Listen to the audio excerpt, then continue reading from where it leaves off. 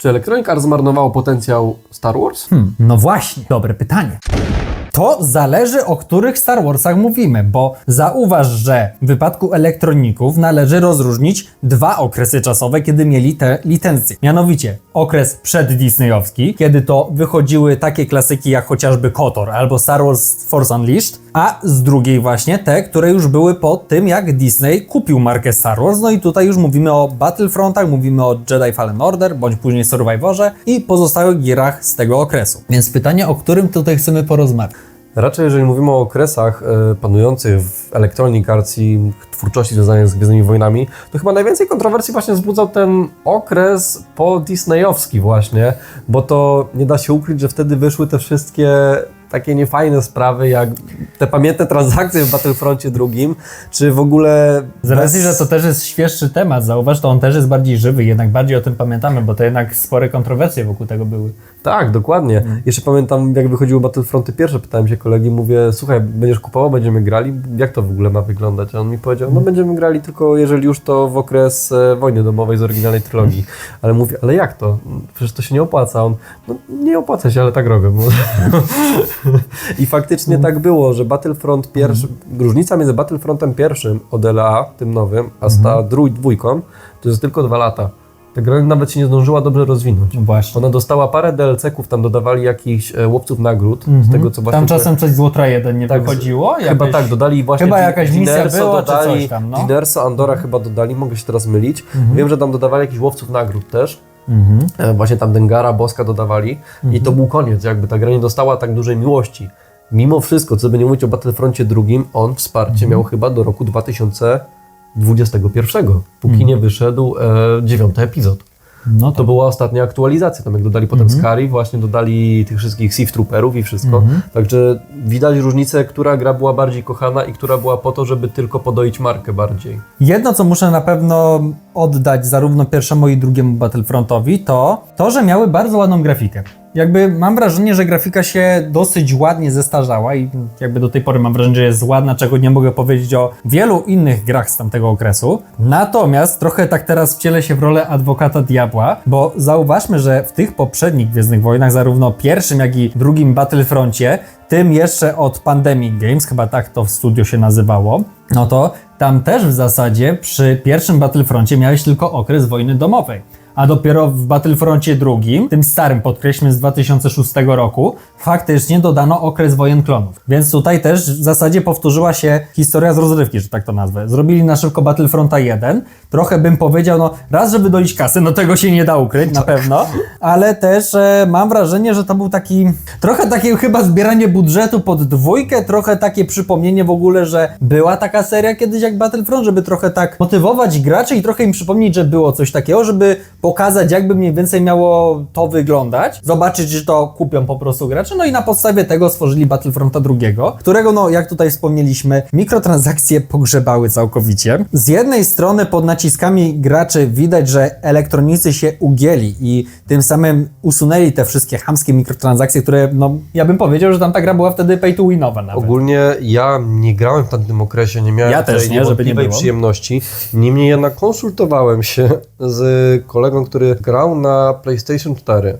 On powiedział, że okres był strasznie ciężki do grania, bo levelowanie wtedy tych kart postaci, żeby w ogóle ich kupić, było bardzo ciężkie. Po prostu trzeba byłoby grać srogie godziny, żeby nadgonić ludzi, którzy nie mieli jakby tego czasu i inwestowali pieniądze zamiast swojego czasu w tą grę i dostawali Czyli lepsze albo karty. takie harde grindowanie jak w jakimś World of Warcraft, albo po prostu kupujesz i możesz od razu wskoczyć na te wyżyny, tak? Nie grał od tego czasu, pograł chwilę, on sam mówił, że on chyba po jakimś dłuższym okresie uzbierał na Lando Carlisiana. A bo to nawet bohaterów się odblokowywało za to. Ja pamiętam, że ja swego czasu nie miałem tej przyjemności grać w dwójkę, kiedy wyszły te mikrotransakcje. Niemniej jednak pamiętam z okresu technikum mieliśmy wspólnie i kolegę, który grał.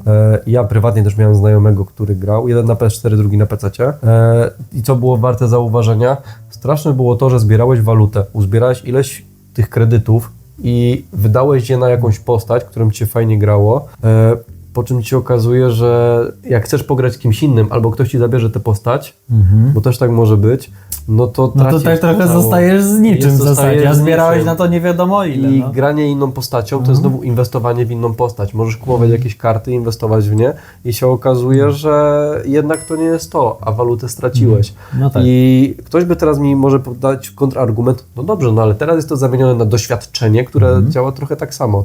No nie do końca, to doświadczenie się szybciej nabija. Grając daną postacią, dostajesz na niej doświadczenie, czyli ucząc się grać postacią, to możesz ją jeszcze ulepszać i progresować. W tamtej chwili po prostu zarabiałeś kredyty grając i... Bo zaznaczmy, że levelowanie nie da się kupić. Levelowania już się nie da kupić. Teraz się nie da kupić levelowania, no to jakby faktycznie masz ten progres z nauki w postać jakby wliczony w to wszystko. Więc faktycznie było czuć to pay to win, bo ktoś mógł zapłacić, kupić sobie po prostu wszystkie karty i przypominam, że karty w Battlefroncie to nie są zwykłe dodatki, które ci dają jakieś statystyki, tylko mogą sprawić, że twoje umiejętności są po prostu potężniejsze. Taki na przykład Darth Vader mógł dusić o wiele większą liczbę osób i nawet mógł tym duszeniem potem po ulepszeniu ściągać wszystkich na raz. Teraz sobie wyobraźcie, że jak masz grać przeciwko czemuś, gdzie ktoś ma tak wysoki po prostu poziom. Jesteś po prostu jak ci biedni rebelianci z tej jednej sceny z Łotra 1, co Darth Vader przychodzi i gdzie wiadomo, system gry tak działa, że dobiera ludzi na podobnym poziomie godzinowym, tak i umiejętności. Znaczy, zdrowy system powinien tak działać. Ale w zdrowym systemie gracz, który miał 10 godzin, był w o wiele gorszej sytuacji niż gracz, który ma 10 godzin, ale kupił wszystko do Dartha Vadera, co się da kupić. No tak. Później kwestia tylko, żeby zdobył tego Vadera, no i po prostu rozpierduchę robił na pozostałych. Tak. I w momencie, kiedy oni zrezygnowali z tego, okazał się to świetny ruch, gra odżyła. Pamiętam, jak wypuszczali nowe patche, razem z Przemkiem czekaliśmy na nowe aktualizacje, balansowali, rozgrywkę chodziły nowe mapy, nowe klasy, nowe bronie. Coś się działo w tej grze. Byli na dobrej drodze i chyba byliby w tamtym okresie, nawet bym powiedział, że w idealnym okresie, żeby zrobić z tego grę, dobrą grę, usługę. Bo powiedzmy sobie szczerze, jakby ciągle w Fortnite znajdują się ludzie, którzy kupują season passy, żeby mieć wszystkie skiny. Tak. Na pewno znaleźli... Gwarantuję, że tutaj znalazłaby się chociaż jedna, a na pewno kilka lub kilkanaście osób, które ja? jakby... No, słuchaj, no nie mów, że nie chciałbyś zagrać generałem Grievousem w stroju świętego Mikołaja. Albo hrabią duchu jako dziadkiem Mrozem jakimś. No to jest na tej zasadzie. No zawsze znajdziesz osoby, które no, będą jednak chciały takimi postaciami zagrać i wydadzą na to. Czy nawet nie mówcie, żeby nie znalazły się osoby, które jakby raz na roku wypuszczali darmową mapę, czy z 2 darmowe mapy, okej, ale znaleźliby się ludzie, którzy by na przykład chcieli zapłacić za to, żeby mieć jak płatny content i rozumiemy to przez to, żeby na przykład otrzymać, weźmy na ten przykład takiego Battlefielda, tak? Znajdują się przecież ludzie, którzy kupują dodatki, tak jak na przykład w Battlefieldzie 1 były dodatki o bitwach na morzu, były dodatki z wojen na froncie francuskim. Wojen klonów. Tak. I znajdowali się ludzie, którzy kupowali i co oni dostawali? Dostęp do nowych map, do nowych broni z tamtego okresu i wszystko. I ci ludzie grali na serwerach dedykowanych z tymi osobami też, tak? I dam sobie rękę uciąć, że jeżeli Electronic Arts wypuściłby na przykład aktualizację z jakimś Mustafarem czy z Wojen Klonów, nawet z zasobami, od cholery ludzi by się znalazło, którzy by to kupili, żeby tylko móc pograć na przykład komandorem Kodim, albo żeby na season... Albo jakimś innym Rexem. Tak, albo innym zasadzie. Rexem, albo żeby mieć season passa. 2 postacie z 2 mieczami świetnymi, po jednej stronie masz Asoka, a po drugiej masz Ventress na przykład. Tak. No. Szczególnie, że były w plikach gry. A no właśnie. Były do wprowadzenia. No właśnie. I tu, kiedy ta kura zaczęła znosić złote jaja, kiedy gracze byli naprawdę bardzo już dobrze, pozytywnie nastawieni na Electronic Arts i ta cała akcja wychodziła im bardzo pozytywnie PR-owo, bo oni zaczęli... Przypomnijmy, że była jeszcze cała petycja podpisywana przez graczy, żeby elektronicy wznowili faktycznie update'y do tej gry. No to samo to już pokazuje jakby siłę community tego Battlefronta i pokuszy się nawet stwierdzeniem, że w tamtym okresie elektronicy nie mieli totalnie żadnej innej takiej gry sieciowej, która by faktycznie mogła jakby integrować graczy ze sobą, no bo to był ten chyba czas, kiedy już było po Battlefieldzie 1, już te następne Battlefieldy gdzieś tam wchodziły, no i tym samym no już nie do końca wychodziły im te Battlefieldy z tego co kojarzę, że faktycznie ten Battlefield 1 jeszcze jest tak w miarę jakby kojarzony przez społeczność Battlefieldów, ale te późniejsze no to już z błotem zmieszają. Electronic Arts wypuścił właśnie tego Battlefielda pierwszego, który był takim ich, można chyba nawet śmiało stwierdzić, takim opus magnum tej serii, a jak nie, to jest na pewno drugi w kolejce po Battlefieldzie 3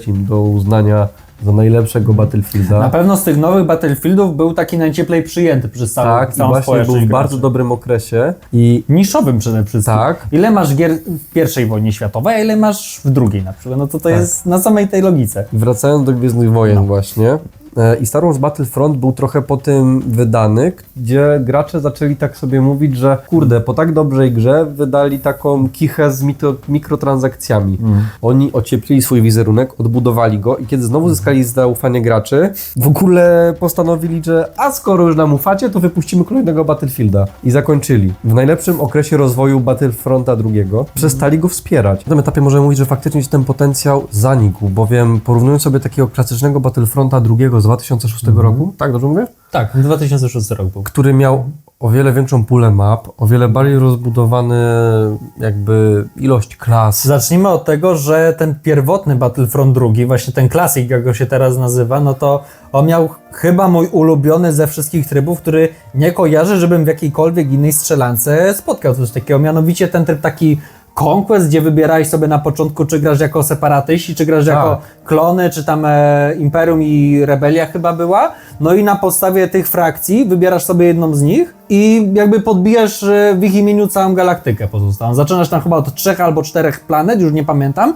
a pozostałe czekają do podbicia przez ciebie. No to był bardzo fajny tryb, którym też co chwila musieliśmy za punkty albo ulepszenia na daną jakby rozgrywkę dokupować, albo kupować wręcz nowe klasy postaci do lokowania i tym samym rozwijaliśmy nasz oddział w zasadzie. No to był moim zdaniem bardzo fajny tryb, zagrywałem się w niego godzinami po prostu, a nie przypominam sobie innej gry, która by coś w podobie prowadziła. To prawda. Mieliśmy na przykład Battlefieldzie pierwszym, wracając, jeszcze nawiązując, operacje, które polegały na tym, że rozwiązywaliśmy fabularnie misje działające się podczas I wojny światowej i gracze mogli jakby odtwarzać te historyczne potyczki i prowadzić całe kampanie, jakie były się w danym okresie na danej powierzchni konfliktu działy, ale mogły oczywiście ten konflikt zmieniać, bo jeżeli wygrała strona, która w historii przegrała, no to mieliśmy właśnie taką ciekawą, fajną zabawę formą i potem się operacja zmieniała. Jeżeli oni wygrali, no to potem inaczej się trochę toczyła operacja dalej. I brakowało tego w Battlefroncie II, a myślę, żeby było to być zwłaszcza na trybie koopa. Tak, nawiązującym do właśnie nawet tego Galactic Conquest właśnie, o którym Przemek przed chwilą powiedział. Tak. Ogólnie tryb koopa w Battlefroncie II bym powiedział, że to jest chyba jeden z takich ciekawszych trybów faktycznie, bo o ile mnie samego ten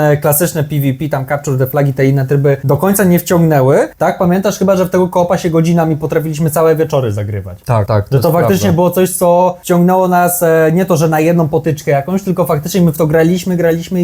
Znudziła nam się powiedzmy Republika, no to szliśmy do Rebelii. Jak znudziła się Rebelia, no to droidy bojowe. Jak droidy się znudziły, no to Imperium czy inny First Order, no na tej zasadzie. No że jednak bardzo fajnie zrobiony był ten tryb. Był z jednej strony taki wymagający, ale z drugiej strony właśnie jak się pokonywało te kolejne etapy w tym trybie, te kolejne punkty się tam przejmowało, no to było to takie bardziej satysfakcjonujące i cały czas jakby z każdym kolejnym też mam wrażenie, że trudniejsze się to zrobiło, więc też cały czas musiałeś się jednak skupić, bo głupia nieuwaga twoja i od razu wszystko, co do tej pory zrobiłeś, poszło w piach, bo albo czas ci się skończył, albo gdzieś się przeciwnicy coś zrobili, placówkę. Że tak, zniszczyli placówkę, dokładnie. I w momencie właśnie tym rozwojowym gra została ucięta. Tak, można myślę w tym momencie mówić o zmarnowanym potencjale. Ale są jeszcze inne produkcje. Takie jak na przykład Star Wars Squadrons.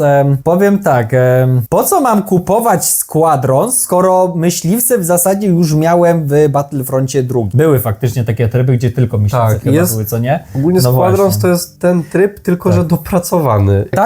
Ta gra równie dobrze mogłaby być jakimś dodatkiem za 3 dychy i wtedy by nawet nikt nie płakał chyba o to. Jakby to prowadziło jakieś dodatkowe myśli, no to myślę by było ciepło jakoś przyjęte, ale tak to jest totalny skok na kasę, tak samo jak miałeś Battlefronta I. No to jest to samo, no ja nie mam nic na obronę tej gry. Gdzie de facto słyszałem, że nie gra się w to źle, tylko po co? Po prostu po co to było? Po co, skoro masz Battlefronta, który poza właśnie tym trybem myśliwców, masz jeszcze tryb naziemny, jakby gdzie po prostu szturmujesz z oddziałami. Jakby Squadrons powinno być dodatkiem do Battlefronta II i byłoby inaczej. A tak to była to kolejna produkcja, w którą władowali pieniądze, bo trzeba było tworzyć silnik, trzeba było tworzyć tą oprawę, mechanikę. Tak. Osobno marketing pod tę jedną grę, no to dodatkowo kolejne koszty i dochody. Gdzie po prostu wystarczyło zrobić dodatek i ciągnąć tego Battlefronta II, ale jak już powiedzieliśmy, on został pogrzebany. Electronic Arts wolało jednak wrócić do Battlefieldów i tworzyć Battlefieldy w kosmosie, niż mieć swojego silnego Battlefronta, który był takim Battlefieldem w kosmosie mimo wszystko. No plus w zasadzie pozwoliliśmy tutaj, że marka Star Wars jest bardzo silna i bardzo dużo osób by było, które by w to grały z samego tego faktu, że to są Gwiezdne Wojny. Elektronicy widocznie nie lubią zarabiać pieniędzy, zapamiętajmy to sobie. No niemniej jednak nie zapominajmy, że chyba gdzieś te Squadronsy pogrzebały ten tryb multiplayer i takie trochę myślenie, jak to zrobić, żeby wciągnąć właśnie graczy jak najwięcej i wrócili do trochę takich korzeni swoich, czyli zaczęli robić gry single player. Czego owocem oczywiście był Fallen Order. Świetny Fallen Order, podkreślmy to, bo to warto specjalnie na potrzeby tego materiału przeszedłem go w sumie po raz pierwszy i nie żałuję tego. Jakoś wcześniej mi ta gra uciekła, teraz ją właśnie nadrobiłem i nie żałuję. Powiem tak, gdyby ta gra wyszła przed właśnie tymi Battlefrontami, w podobnym właśnie duchu, no to myślę, że lepiej byśmy pewnie wspominali tych elektroników, jakby ten okres, kiedy oni mieli wyłączność w zasadzie na Star Warsy, bo z jednej strony gra ma bardzo dużo fajnych elementów, no jednym z nich na pewno są te wszystkie zagadki środowiskowe, które wręcz bym powiedział są wizytówką zarówno Fallen Order, jak i Survivora też słyszałem. Ogólnie gra ma taki... Fabuła w tej grze nie jest ani przesadnie dobra, ani przesadnie zła. Jest taka przyzwoita na poziomie, bym powiedział, ale też ma parę takich elementów, które z biegiem historii, jak ją poznajemy, to stają się takie bardziej złożone. No, uwaga, teraz będzie trochę spoilerów z Fallen Ordera, także jeżeli nie chcecie spoilerów, przewincie po prostu rozdział dalej. Tutaj dla tych, którzy grali, podkreślę, że chodzi mi o na przykład Cere oraz drugą siostrę i to, ile na przestrzeni tej kampanii poznajemy o tych obu postaciach i jaka między nimi jest dosyć taka niejednoznaczna relacja. No tyle powiem, że jednak to są takie Star Warsy, które ogólnie fabuła to jest takie trochę, że chodzisz z planety na planetę i tam coraz bardziej odkrywasz jakby historię. Tak, dokładnie, ale też właśnie między tym łażeniem po planetach, tym bym powiedział najlepszym wątkiem, który jest trochę drugoplanowy, ale też bym powiedział najlepiej tutaj wyszedł, no to jest właśnie ta relacja między postaciami, które tam spotykamy. No właśnie Cere, która z jednej strony jest naszą taką mentorką, członkinią załogi, a z drugiej strony mamy drugą siostrę, która no trochę nam takich brudów wobec Cere właśnie odkrywa tutaj przed nami. Samego zakonu można też powiedzieć. Tak. Takie podważanie tych idei, które kultywował zakon. No zresztą ona sama jest przykładem upadku tego wszystkiego, że Trilla, czy też właśnie druga siostra, stała się de facto inkwizytorką, która teraz chce za wszelką cenę tępić Jedi, a stało się to przez to, że wcześniej właśnie została zdradzona przez ten zakon, więc na tym polu też można zahaczyć o psychologię tej postaci, no to jak ona się czuje, że faktycznie czuć tę nienawiść do tego zakonu, no bo też jeśli nie dziwi, no co byś ty zrobił, gdyby cię w zasadzie ziomkowie zdradzili, no wbili nóż, no tak to wyglądało. W sumie nawet to jest bardziej pokazanie, jakby rodzina cię zdradziła, bo w zakonach takie mistrz był kimś rodzajem ojciec, czy tam... Patrz, relacja Anakina i Obi-Wana.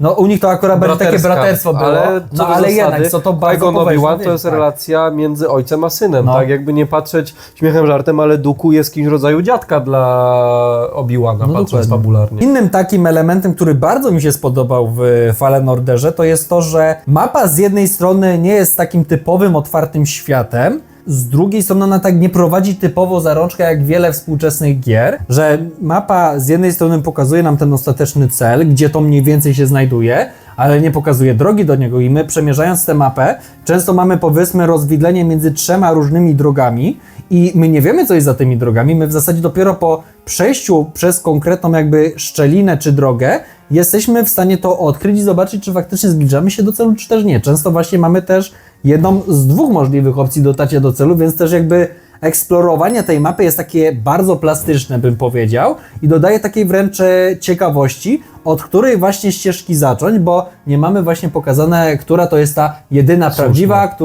dzięki której dotrzesz do celu właśnie. Tak, mapy są takimi, te planety są bardziej takimi sekwencjami niż faktyczną całą mapą, coś takiego otwartą. Plus nawet jak skaczemy po tych planetach parę razy, to za każdym razem, kiedy znów w ramach kampanii wracamy na daną planetę, to ona nam odkrywa zupełnie inne terytoria, których wcześniej nie mogliśmy na przykład zwiedzić. To też mi się bardzo w tej grze podobało, że cały czas dostajemy jakby nowe umiejętności, zaczynając powiedzmy od tego, że możemy spowalniać czas naszą mocą, później za jakiś czas dostajemy, że możemy odpychać wrogów naszą mocą, później, że przyciągać i na przestrzeni tego dostajemy jakby kolejne umiejętności do naszego arsenału, zarówno u głównego bohatera, jak i u droida, który mu pomaga. No i dzięki temu mam wrażenie, że ta gra nie nudzi się zbytnio i cały czas ma coś takiego nowego do zaoferowania, co na przykład pozwala też wejść tam, gdzie wcześniej nie mogłeś, bo dopiero potrzebowałeś tej konkretnej umiejętności. Właśnie Coś na zasadzie jak, może nie do końca jak w God of Warze, tym oczywiście w erze Wikingów dziejącym się,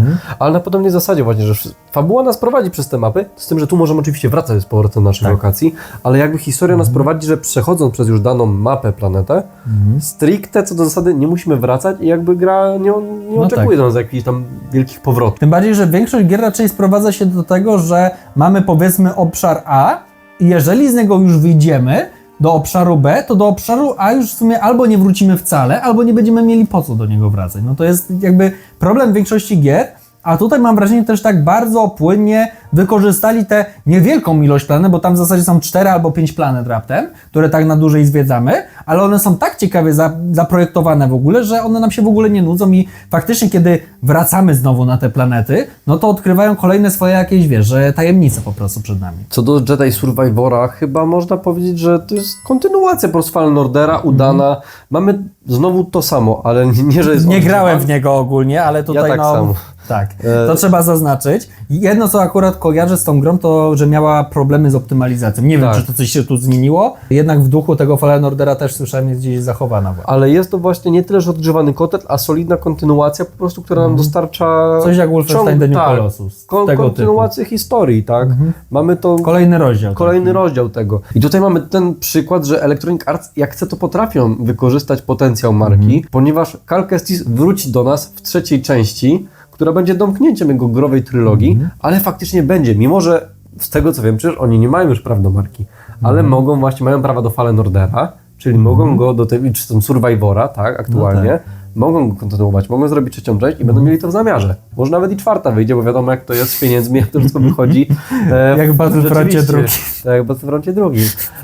I jakby Electronic Arts chciało kontynuować Battlefronta drugiego, prawda jest taka, że nic im nie stoi na przeszkodzie. Oni mogliby znowu włączyć wspieranie tej gry. Oni po prostu nie chcą, bo wolą doić kasę z Battlefieldów niż z Battlefronta drugiego. Nie widzą takiej potrzeby. Czyli można tu mówić z jednej strony o marnowaniu potencjału, ale z drugiej mamy jednak faktycznie jakieś te singlówki. Tylko pytanie, na ile zamykamy się w tych singlówkach? Tu należy też zwrócić uwagę, że elektronicy w sumie...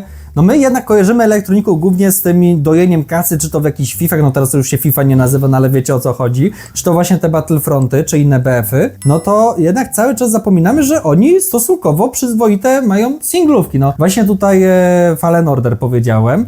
Jeszcze jedną taką bardzo fajną produkcją od nich jest It Takes Two, to się nazywało, to jest taka gra w koopie. Tak, może słyszałeś, się dzieje. Tak, czy to nie jest to? Nie, to nie jest, to jest jeszcze coś innego, to jest, nie pamiętam teraz nazwy tej gry, ale, bo oni wydali wtedy dwie takie singlówki koopowe. Jedna to było właśnie to w więzieniu, to co mówisz, a drugie to było o takiej rodzinie, chyba po rozwodzie, jeśli dobrze pamiętam, i oni jakby na przestrzeni tej gry odbudowywali swoją taką relację, zaufanie do siebie, no na tej zasadzie trochę. No a wcześniej pamiętajmy, właśnie elektronicy dostarczyli nam klasyki mimo wszystko, takie jak Kotory, no właśnie. Pierwszy i drugi Kotor. Oczywiście BioWare to robiło bezpośrednio, a elektronicy byli tutaj wydawcą.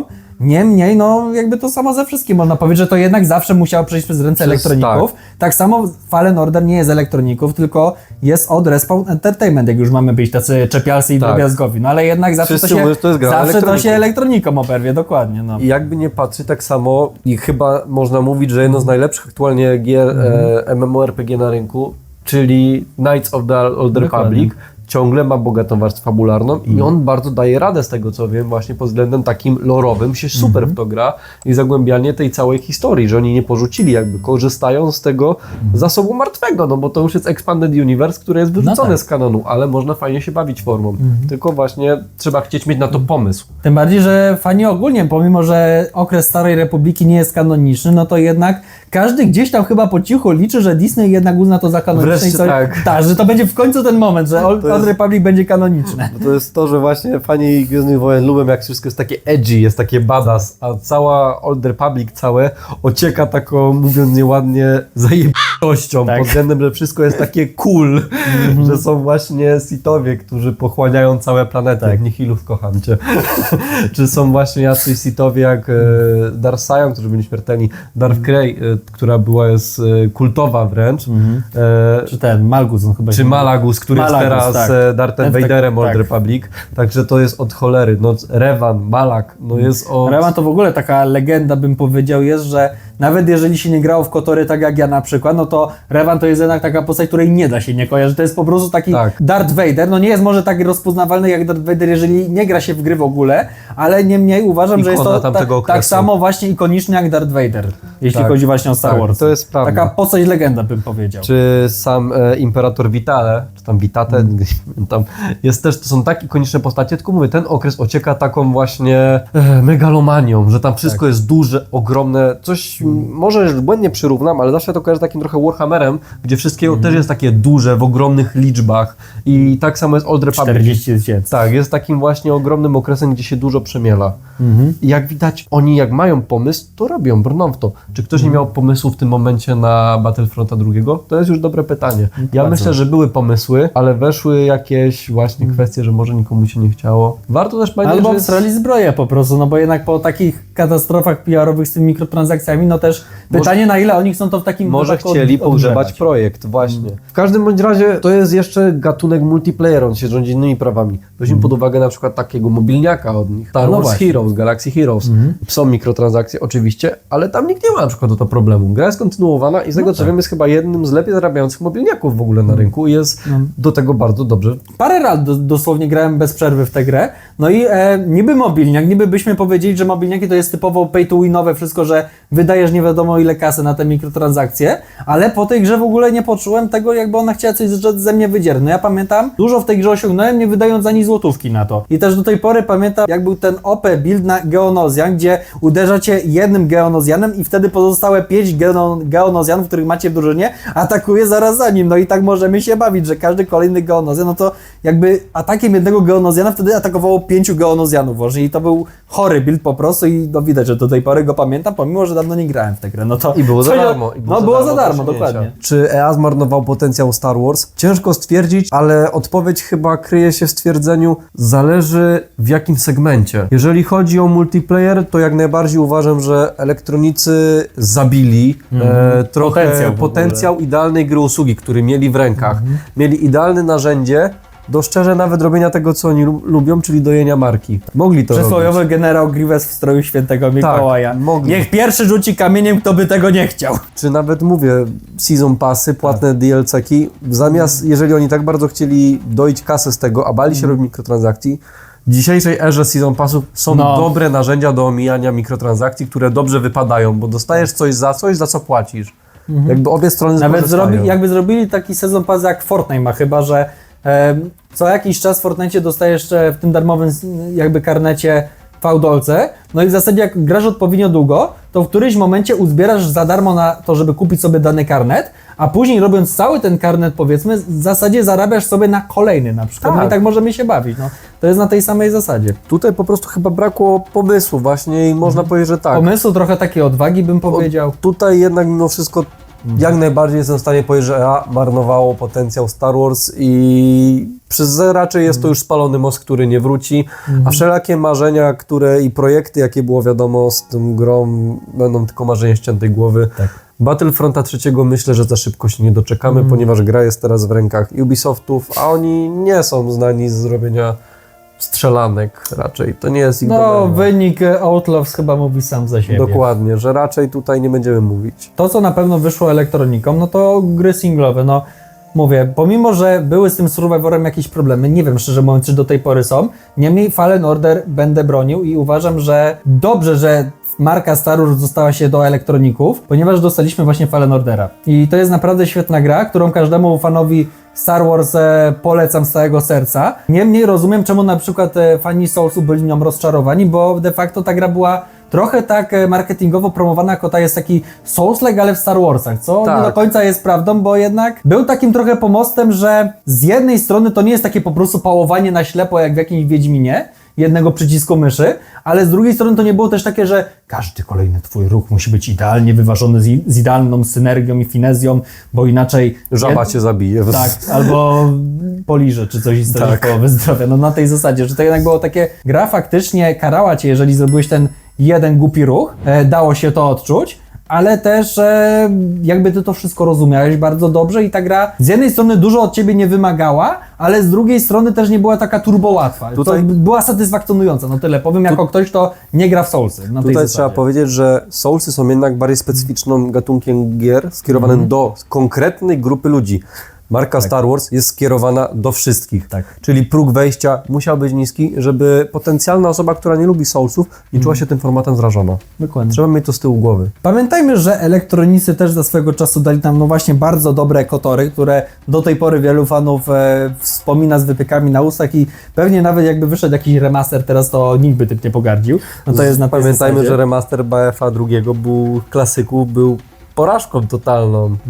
To jest też właśnie dobrze, żeby mieć z tyłu głowy, że nawet te Battlefronty multiplayer, mimo remasterów, po prostu są bardzo źle jest złe podejście do tematu. Może faktycznie elektronicy nie chcą tykać się strzelanki, bo tam nie ma jakiegoś pomysłu. Może to i lepiej, bo jeżeli byśmy mieli dostawać takie remastery jak starych BF-ów, to może faktycznie lepiej sobie odpuścić. No lepiej tak.